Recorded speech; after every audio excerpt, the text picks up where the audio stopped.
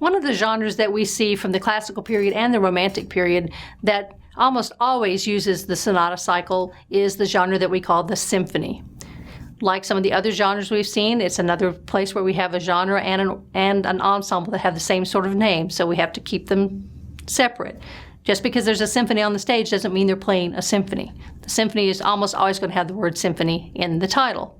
So a symphony is a sonata cycle for orchestra.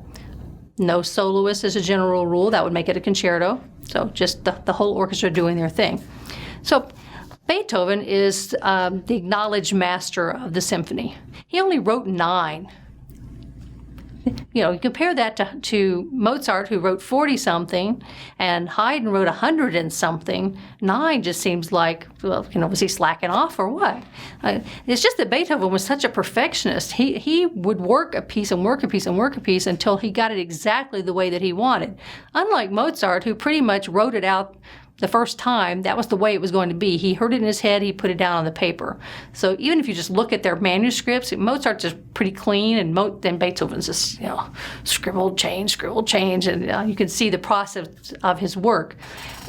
But Beethoven's symphonies were so accepted as the standard, the gold standard for the genre, that some other composers just wouldn't even write more than 9 symphonies. It was like, it's good enough for Beethoven. I'm not going to write any more than that. Brahms took forever to write his first symphony because he was so in awe of Beethoven's work. So this is a man whose contributions to the symphonic world are just, can't even be calculated. So most people know some things about Beethoven, and I will give you a link to a page where you can read all you want to know about Beethoven. But basically, the things that are important to know historically, that he lost his hearing and at a fairly young age. So many of his compositions that he wrote at the end of his life, he never actually got to hear. He could not hear the music. He could hear it in his head, but he couldn't actually hear it physically. The story is told that when his 9th symphony was performed, which he conducted, that they had to turn him around so that he would know the audience was applauding, because he couldn't hear the audience applause either. So think about that from a musician's standpoint, what a horrible thing to have to happen to you is that you can't hear what you're doing anymore, and it's what you do.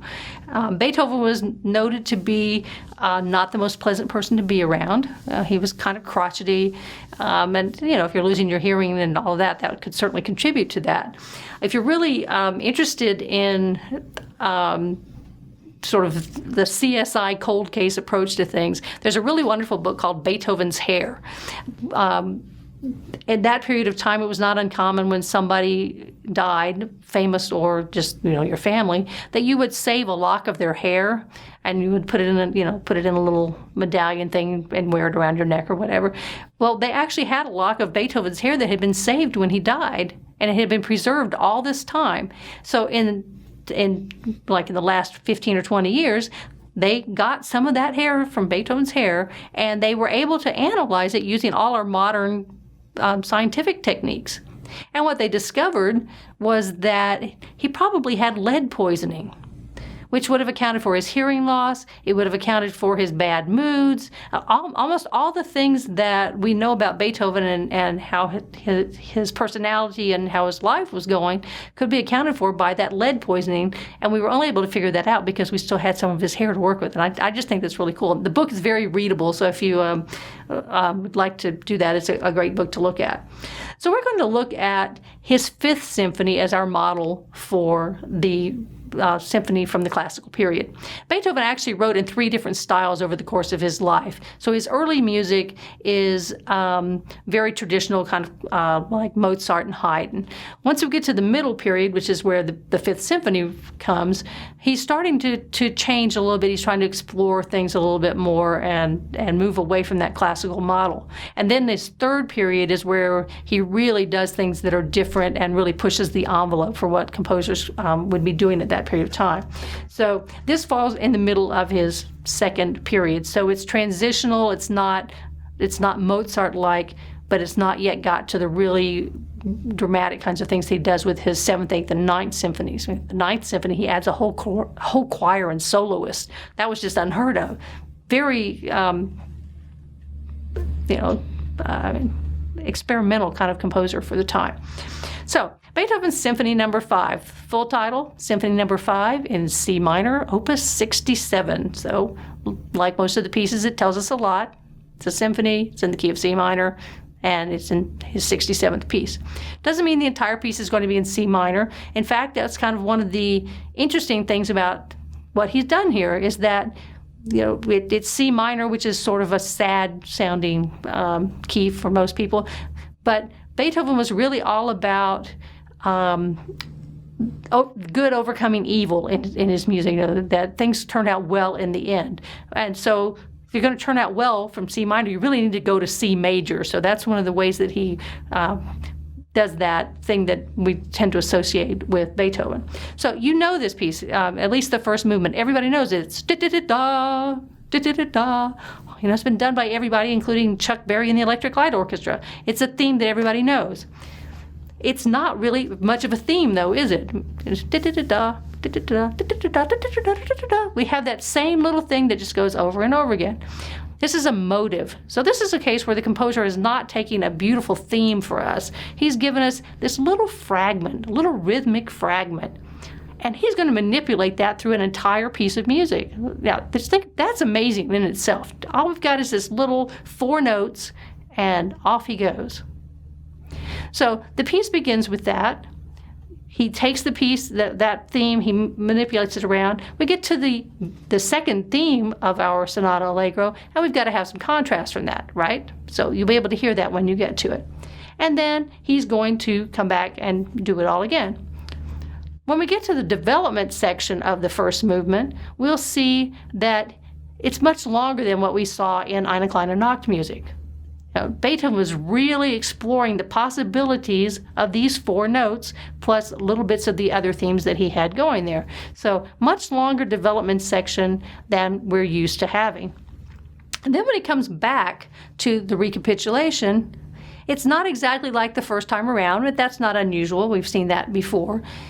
But he kind of goes off in some places you think, well, what was that all about?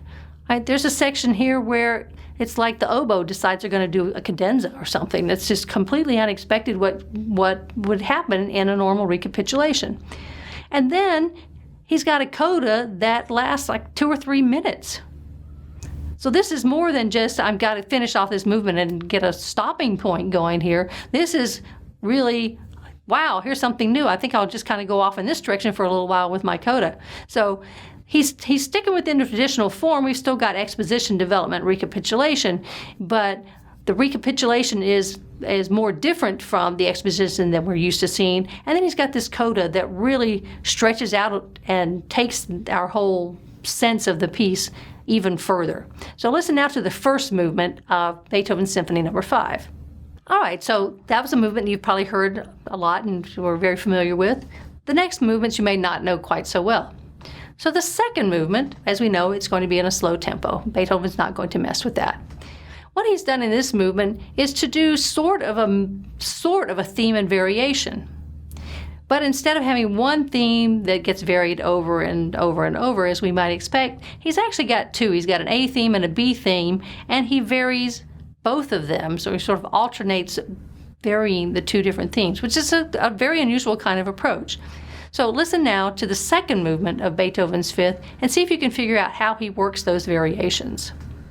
All right, now we're ready for the third movement, which we expect to be a minuet and trio. The minuet and trio has been used from Mozart's time on, but Beethoven has now decided that he wants to do something a little bit different with that. You would still recognize it as being the third movement because it's still going to be in triple meter, and the basic structure is the same, where you have the minuet part, and then you change keys and you do the trio part, and then you come back and do the minuet again. But what Beethoven has done is to speed it up. So instead of that sort of stately, fairly elegant tempo that we associate with the minuet, he speeds it up and makes it a much more lively kind of movement. And he calls it a scherzo and trio instead of a minuet. Scherzo is the word for joke. So we don't think of Beethoven as being a man of humor, but perhaps he had one. So here's this little musical joke. I'm going to take my minuet, speed it up. There's no way in the world you'd be doing a minuet to this particular movement, and then go into the trio. Now, in the trio, he does something interesting. We've not really got to see the string basses do very much excitement. They just don't get all the good parts. Beethoven gave them a good part here, so they actually get to play that opening C theme in the trio. So that's unusual. That would be kind of a new thing for this period of time. So go now and listen to the scherzo movement of the Symphony No. 5. But be careful because something interesting happens at the end. So, were you gone a long time? If you were, you probably got caught in Beethoven's little trick here. We expect the third movement to end, have a nice big break, let everybody turn their pages, off we go, and then we have the fourth movement. Part of Beethoven's joke in this third movement is that he doesn't stop. It just keeps right on going. So he finishes the minuet and trio, scherzo and trio in this case, and jumps right into that finale movement and just plows on through to the end. So if you thought that minuet and trio was kind of long, that you probably just got caught in his little joke there. So if you did, you might want to go back now and listen to the fourth movement by itself so that you can really focus on the exposition, development, recapitulation, so you can practice listening to that again. You can also hear how Beethoven has taken through this entire piece of music that four-note motive, da-da-da-da, and how it just keeps coming back and coming back and coming back. And that's one of the reasons that we don't applaud between the movements when we go to a performance, because then you forget what you heard before, and you would not be able to make those connections.